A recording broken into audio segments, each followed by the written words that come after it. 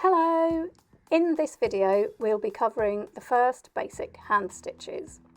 You may already be familiar with them, but do feel free to have another go so you feel completely confident. First, let's talk about threading your needle.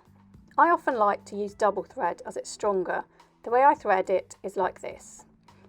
I get a piece of thread, fold it in half so I have two ends, like that, and then I put both ends through the eye of the needle, like that, so that I have a loop at the bottom. And this means that I can anchor off at the start of my sewing without any knots, which can look a bit untidy. So you just pull it through the fabric like this, and then you can just hook through the little loopy bit. And then when you pull your thread through, there you go.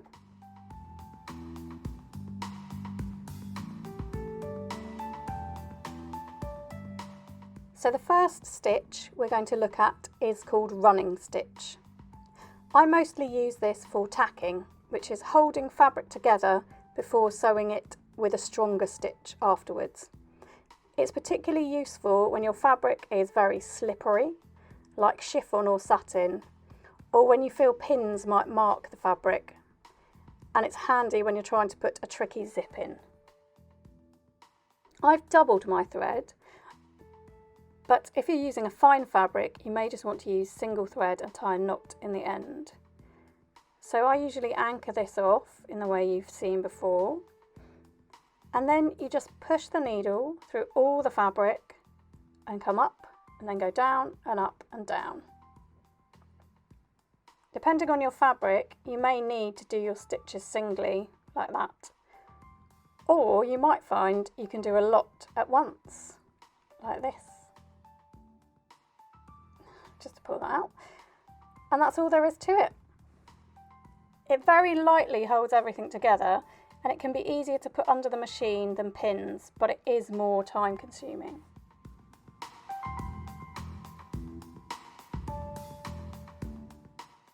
The next stitch is called backstitch. This is a nice strong stitch that can be used if you can't machine sew things together. For example, if the fabric is too thick to go under the machine, if it's too fiddly, or if it's a hired costume that you aren't allowed to machine stitch. I've double threaded my needle, and I'll be making my stitches quite large so you can see them better. So first you need to anchor your stitch off by pulling the thread through the loop.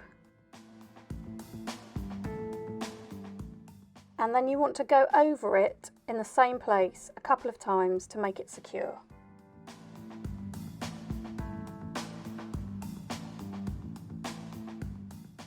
So next you want to go back through to the beginning of your anchoring, but this time you come up further away as if you were doing a running stitch.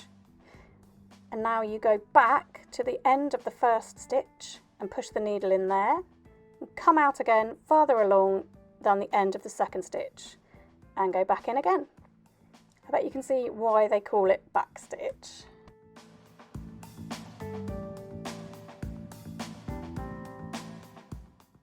If you're working on thick fabric, you may find you need to stab through to the back, pull it through, and then move along separately, just to make sure that you get all the layers sewn in properly.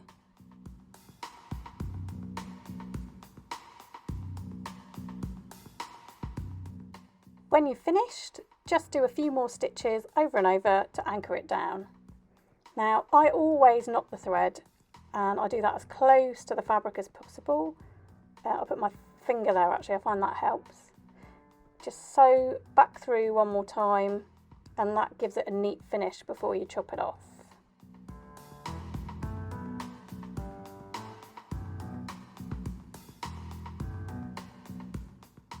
As I said, this is a nice strong stitch, and the smaller you make the stitches, the stronger it will be.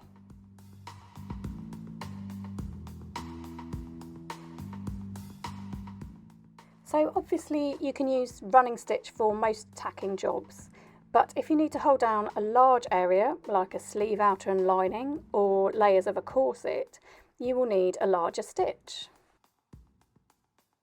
So anchor your thread as usual, and then move along and down with your needle, push up through the fabric, and then move along and down again. So you can see you're making a sort of zigzag shape. It's pretty easy and quick to do, and don't forget you'll be taking it out, so don't worry if it's a bit messy.